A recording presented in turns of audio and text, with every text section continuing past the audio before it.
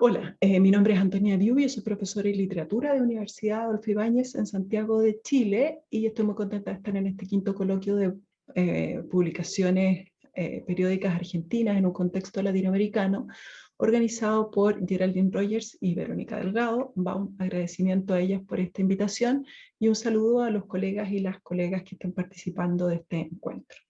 Ya tenemos poco tiempo, así es que yo voy a pensar a leer mi presentación que se llama La novela del jueves de Caras y Caretas, una arqueología de lo simultáneo, ¿cierto? Y junto con eso me gustaría compartir pantalla para mostrarles algunas imágenes, ¿ya? Así es que con eso ya doy inicio a la presentación. La temporalidad, que es el tema de este congreso, ¿cierto? En relación con las publicaciones periódicas, se puede pensar de varias maneras, como lo demuestran los abundantes estudios críticos publicados en los últimos años. Respecto de la historicidad de su presente y los modos en que éstas lo intervienen, como efecto de las tecnologías de producción que las posibilitan, como producto de los recorridos de lectura que estas publicaciones proponen a nivel editorial o que permiten desde prácticas lectoras concretas, o desde el desafío impuesto por su carácter de impreso y la consiguiente necesidad de conservarlas, almacenarlas y hacerlas accesibles. Desde los aportes de la arqueología de los medios de teóricos como Jussi Barica, Siegfried Zielinski o Friedrich Kittler, ¿cierto? Es posible pensar otro tipo de enfoque, ¿cierto? Y desde allí pensar las culturas mediales como aquellas en las que se inscriben las revistas como espacios sedimentados y estratificados. Un pliegue de tiempo y materialidades en el que el pasado puede ser mucho más complejo y móvil que lo que acostumbramos pensar. Si los medios irrumpen cambiando lentamente los hábitos de sus usuarios, como dice Parica, lo cierto es que los antiguos medios nunca desaparecen del todo, sino que se refinan y surgen una y otra vez a partir de nuevos usos, contextos y adaptaciones.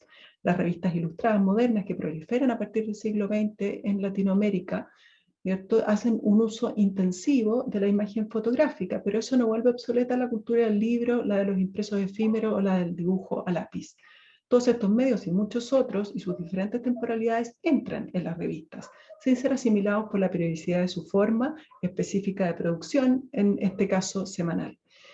A su vez, la novedad de las revistas ilustradas modernas no está con la llegada del cine o la radio. Con todo, estos nuevos medios las modifican, pero no las hacen desaparecer. Como ha señalado Zielinski desde una perspectiva paleontológica de los medios, la historia de estos no es la de una línea que avanza desde aparatos primitivos hacia otros más avanzados. La arqueología de los medios y su diferente forma de concebir las temporalidades, ¿cierto?, que estamos tratando de pensar aquí, volvería necesario repensar tecnologías mediales tan familiares como las revistas desde los distintos estratos que las componen como tecnologías no solo humanas, sino también posthumanas. Y aunque esto suene un poco fuera de contexto, ¿cierto? Invocando a otro arqueólogo de los medios como Kittler, podríamos decir que no solo los regímenes abiertamente técnicos de los medios actuales involucran la agencia de la máquina, sino incluso la escritura manuscrita, la mecanográfica o el dibujo a lápiz en la medida que incorporan diferentes lógicas, diferentes técnicas de regulación del cuerpo, sus efectos y sus modos de percepción, ¿ya? Bueno, aquí les muestro algunos datos de la sección de la novela del jueves, que es la que voy a trabajar en esta intervención, ¿cierto? Y que forma parte de Caras y Caretas. Ustedes saben, una publicación que surge en Buenos Aires entre 1898 y 1939, ¿cierto? Pero esta sección en particular que yo voy a trabajar no ha sido muy estudiada, ¿cierto? Y tampoco el periodo en el que se publica, que es de 1928 a 1931. ¿Ya? Es una sección literaria que publica largos relatos de 8 a 16 páginas sin publicidad, ¿cierto? Y con dibujos a todo color de renombrados ilustradores. Me interesa pensar la temporalidad en esta sección como una fisura, ¿cierto? Que interrumpe el tempo de otras secciones de la revista centradas en lo contingente, como las que publican crónicas, notas sociales o información miscelánea, caracterizadas por una visualidad predominantemente fotográfica que alterna con avisos publicitarios, dibujos y columnas textuales.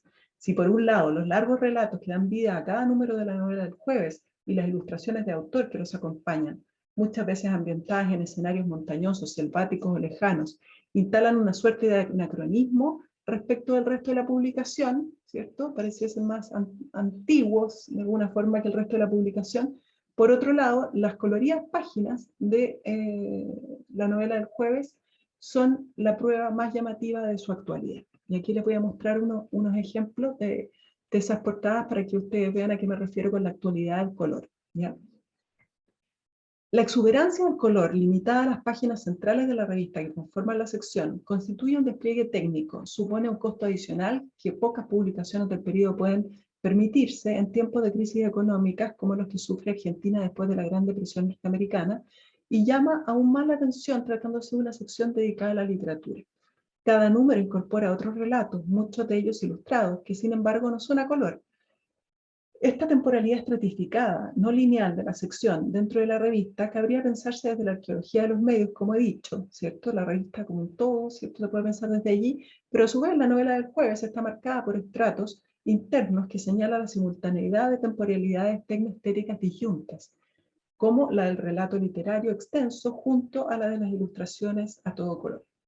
El carácter estratificado de la temporalidad de la revista aparece a nivel temático en varias notas publicadas durante el periodo, las que se interesan por tiempos que exceden la lógica de nuestros pequeños asuntos, como diría el parica de la geología de los medios, remitidos a un momento contingente para llevarnos a las enormes duraciones geológicas que aparecen burlar la escala de dichos asuntos.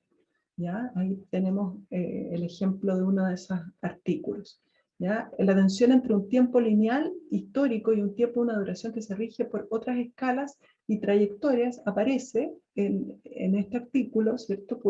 Firmado por Ángel Cabrera, en el que se intenta explicar por qué determinar la edad de la Tierra resulta tan problemático. Y se dice que los métodos históricos no logran dar cuenta de un tiempo cuya escala es inconmensurable y por tanto debe medirse desde la geología, de forma siempre imprecisa, considerando procesos de sedimentación, de salinización del mar o por la radioactividad de las rocas, que son los procesos como que están en boga en ese tiempo. Para el hombre de ciencia, señala el artículo, la historia entera de la humanidad apenas llega a representar una línea en el enorme volumen de la historia de la Tierra, ¿ya? Y aquí vamos a otra diapositiva en que se muestra también esta temporalidad estratificada de la Tierra, ¿ya? Pero a través de notas de investigaciones en torno a energías fósiles como el petróleo y la creciente conciencia de que se trata de un recurso no renovable, que ha tomado miles de años en formarse y cuya extracción impone desafíos cada vez mayores. Las notas de la revista asimismo muestran un interés por el lento crecimiento de los bosques, ¿ya? Y el contraste con la falta de planificación al talarlos indiscriminadamente. Si el antropoceno irrumpe hoy como un acontecimiento inesperado, ¿cierto?, del que estamos hablando todo el tiempo, lo cierto es que es posible advertirlo mucho antes de la paradójica temporalidad de procesos industriales y de patrones de consumo, de los que la prensa no estuvo ajena y de los que la sección habla en distintos niveles. Basta pensar en la revista, ¿cierto?, no a partir de sus contenidos, sino que como un entramado de papel y tinta para verla inserta en los circuitos de la industria de la celulosa y la explotación de los recursos naturales que posibilitan dicha industria, o las toxicidades de las trementina en las imprentas. Como ha señalado Claudia Cossack, nuestros medios siempre llevan la inscripción y la memoria de su propia materialidad. Pero más que una temprana conciencia ambientalista, como podría parecer que estoy sugiriendo al llamar la atención sobre esto, el interés de la revista por estos asuntos podría pensarse siguiendo el análisis de Leandro Agustín Lozada de las crónicas de la vida social en Caras y Caretas y durante el período, como una manifestación de procesos culturales contradictorios a comienzos de los años 30, un momento de clara desaceleración de la economía argentina en el que una pequeña élite, como la que aparece en las fotos de la vida social que estudia Lozada, sigue viviendo y exhibiendo el ritmo de la modernidad de unos años antes, mientras la clase media, parte importante del electorado de Caras y Caretas, ha visto ralentizado ese impulso modernizador y considera su situación de forma más austera y conservadora. La novela del jueves, de hecho, exhibe este paulatino empobrecimiento con el correr de los meses, ya que las colaboraciones originales que la caracterizan ceden su lugar a las traducciones. El número de páginas se acorta, las ilustraciones disminuyen y sus colores empalidecen. A su vez, los cuentos ilustrados publicados muestran la tensión entre escenas de la vida urbana moderna y otras que parecen como un repliegue de ese mundo. Salones urbanos habitados por personajes que encarnan la moda más actual, conviven así con milenarias quebradas cordilleranas y con escenas de la vida campestre. En línea con el análisis arqueológico que propongo, Resulta interesante examinar la sección desde sus anudamientos y estratos materiales, desde los elementos y relaciones que la componen. Cada número enlaza un cuento con varias ilustraciones sin que la relación se limite a traducir un tipo de lenguaje a otro. Las temporalidades de la tipografía y la de la lectura literaria a ratos se suspenden ante la presencia del color y la forma del dibujo, pero sin que esto signifique una trayectoria única ni definitiva. El dibujo no está tamizado por la letra, muchos de sus detalles de hecho cobran independencia respecto de lo relatado de la historia y se van entrelazando con detalles de otros dibujos en el mismo cuento o con los realizados por un mismo ilustrador en otros cuentos. Las texturas de las ilustraciones no son uniformes, ni el número de colores que se usan en ellas, que como dice la revista al final, ¿cierto? Están entre los 2 y los 5 colores. Así, la temporalidad de la sección se da de manera estratificada, cristalizando y erosionando las relaciones entre dibujos, columnas o tipografías, como si no se tratara, y esto es interesante, de la vieja dicotomía entre texto e imagen, sino de la milenaria relación entre magma, agua y piedra. La tensión entre las temporalidades de distintos estratos técnico-materiales en la sección se advierte claramente en los distintos números, pero en algunos cuentos alcanzan también una materialización estético-narrativa singular. Esto se puede ver de manera muy gráfica en los cuentos ilustrados por el catalán Luis Macaya, los que muestran el choque entre un tiempo histórico y un tiempo geológico desde relatos de aventuras que aluden a un imaginario claramente estratificado de montañas, volcanes y cascadas. Me voy a detener en dos de ellos, ¿ya? El primero es este que ustedes están mirando, ¿cierto? Que se llama Los monstruos subterráneos de Oaxaca, escrito por Alejandro Sux, seudónimo de Alejandro José Maudet, nació en Buenos Aires en 1888 y que muere en 1959. Y que está ilustrado por Macaya, que como decía es un conocido ilustrador, no solo por sus intervenciones, varias publicaciones periódicas, sino también como portadista de una famosa colección de novelas de suspenso. El cuento, apareció el 3 de agosto de 1929, tematiza desde el principio lo geológico, ¿cierto? O arqueológico también diríamos nosotros, ¿cierto? No solo en las ilustraciones de volcanes, sino en el hecho de que se trata de un relato de suspenso que se presenta como una carta a Arthur Conan Doyle, autor de Sherlock Holmes, en la que el narrador le relata una expedición a Oaxaca y el extraño encuentro con unos monstruos subterráneos que el mismo narrador llama antediluvianos. Dicho narrador señala haber conocido a Conan Doyle un tiempo atrás y estar seguro de que es el único que podrá contar la historia y darle credibilidad, pues el autor británico había escrito un cuento antes, ¿cierto?, que se llama El monstruo de la antigua mina, sobre un fenómeno tan extraño como el que está tratando de articular el narrador, pero ocurrió en Derbyshire en 1907. La expedición a Oaxaca, que parte luego del terrible terremoto ocurrido, eso nos dice el cuento, ¿cierto?, en la región comprendida entre los pueblos de Etla y Nochixtlán, es enviada por el gobierno para estudiar las causas del fenómeno. El narrador logra que un grupo de geólogos, vulcanólogos, mineralogistas y otros hombres de ciencia lo acepten en esta expedición, pero al llegar a un punto del camino se separa de la comitiva y junto a otros dos hombres deciden ir hacia lo que uno de los vulcanólogos define como el epifenómeno.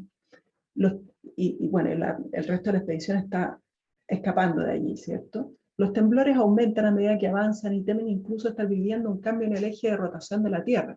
Los desprendimientos de rocas y el lodo del que hablan los indios mixtecas con los que se encuentran en el camino, más la súbita transformación del color del cielo nocturno en un azul eléctrico, los hacen pensar en un brote espontáneo de petróleo o en una erupción volcánica.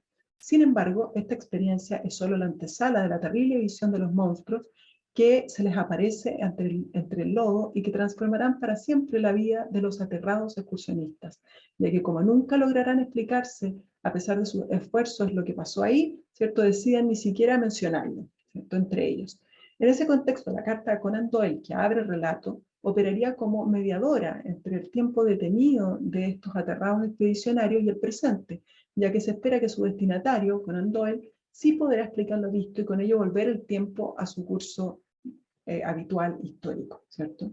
Al mirar la tipografía del título, vemos que el trazo de la línea inicial, la L, ¿cierto?, de los monstruos, ¿cierto?, podría ser también el dibujo de la trompa de uno de dichos monstruos subterráneos de Oaxaca, tal y como lo describe el cuento y tal y como aparecen después también en una de las ilustraciones.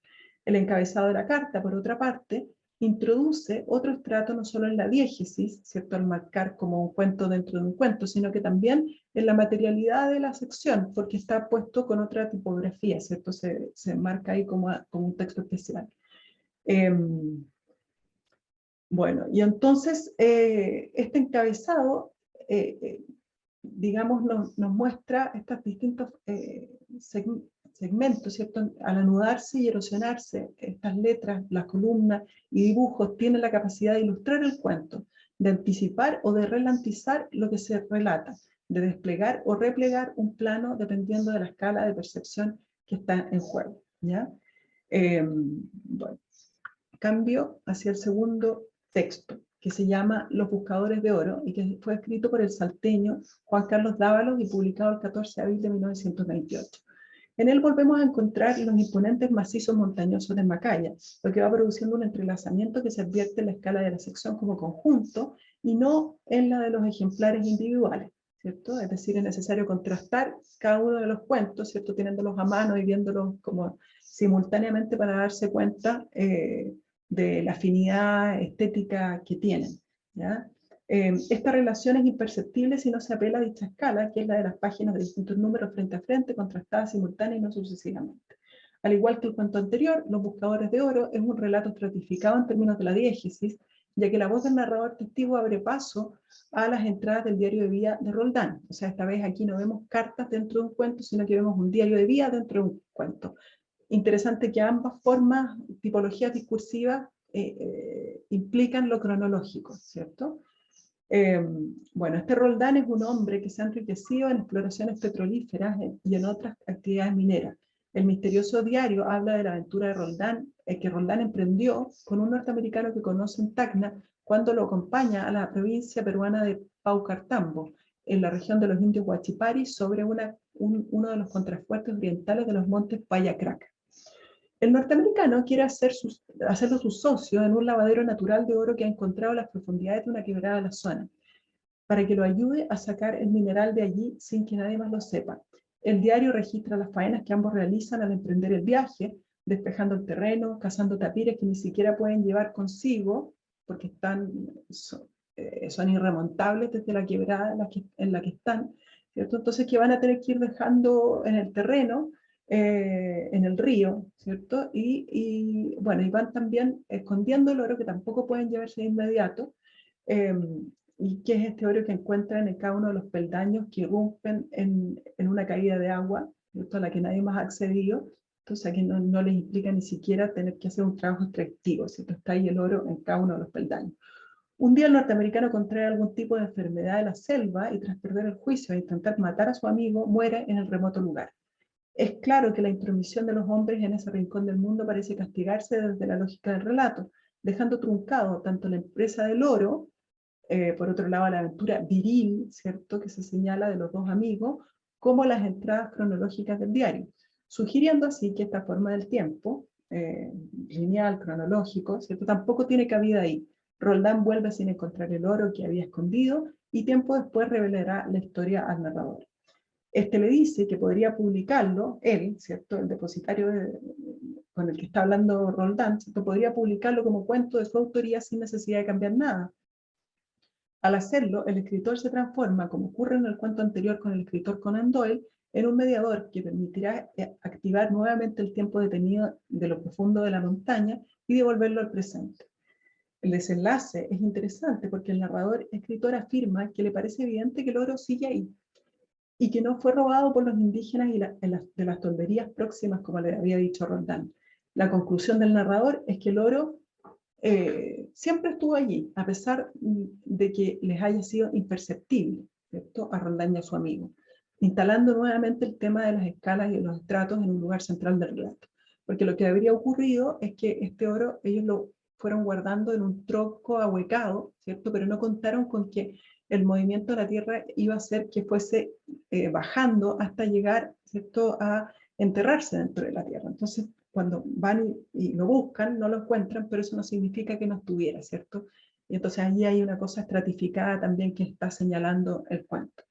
¿Ya? Si vamos a otro de las ilustraciones, ¿cierto?, que es muy bonita, que es la que vemos allí, ¿cierto? Vemos que se dibujan los peldaños y las cascadas de este lavadero de oro natural en el que aflora el oro, sí, y que es el que nos atrajo hacia ese lugar, ¿ya? Pero es interesante que no solamente ilustra eso, sino que el mismo dibujo se compone en relación al texto de las columnas, ¿cierto? Como si fuese una cascada, una escalera, ¿cierto? De manera estratificada, como una caída de agua, ¿ya?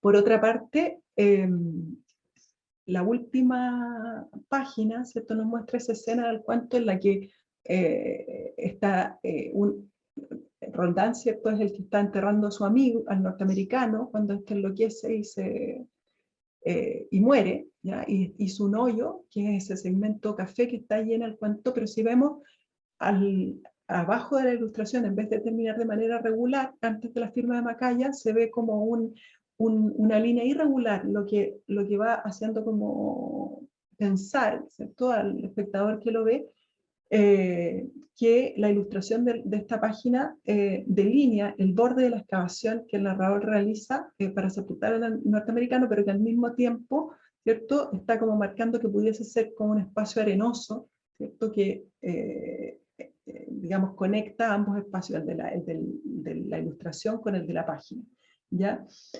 Bueno, entonces el espacio en blanco sobre el que se disponen las columnas del texto podría confundirse hacia a nivel visual con una superficie arenosa que conecta la selva, ¿cierto? Ese cerro, con las letras del relato a través de la materialidad de la página. Bueno, la posibilidad de anudar estos distintos planos en el análisis de los cuentos en la sección desde una lectura de lo arqueológico o geológico, si pensamos directamente en lo que están contando los cuentos, como hago aquí, paradójicamente no hace sino marcar la tensión entre los distintos estratos y temporalidades dados por las distintas técnicas que interactúan en ella desde sus propias materialidades y diríamos también desde sus propias temporalidades. Por ejemplo, el papel, ¿cierto?, aparece como un entramado blanco y texturado, ¿cierto?, que permite la posterior inscripción de las tintas que dan colorido al dibujo de un artista, que se hizo antes también, ¿cierto? Pero le dan color una vez impreso a 2 o 5 colores en la imprenta. La tipografía es la escritura monocromática, ¿cierto?, que está en los bloques de las columnas del texto, pero a la vez, ¿cierto?, transforma un relato que antes fue mecanografiado por el escritor, que lo hace llegar a la redacción de la revista, podemos que asumir en páginas, ¿cierto?, no en columnas, ¿no?, sino que en carillas mecanografiadas. Los títulos son letras sucesivas que se leen, ¿cierto?, los títulos de los cuentos son letras sucesivas que se leen, pero al mismo tiempo se ilustran y forman parte de la ulterior composición de la página inicial.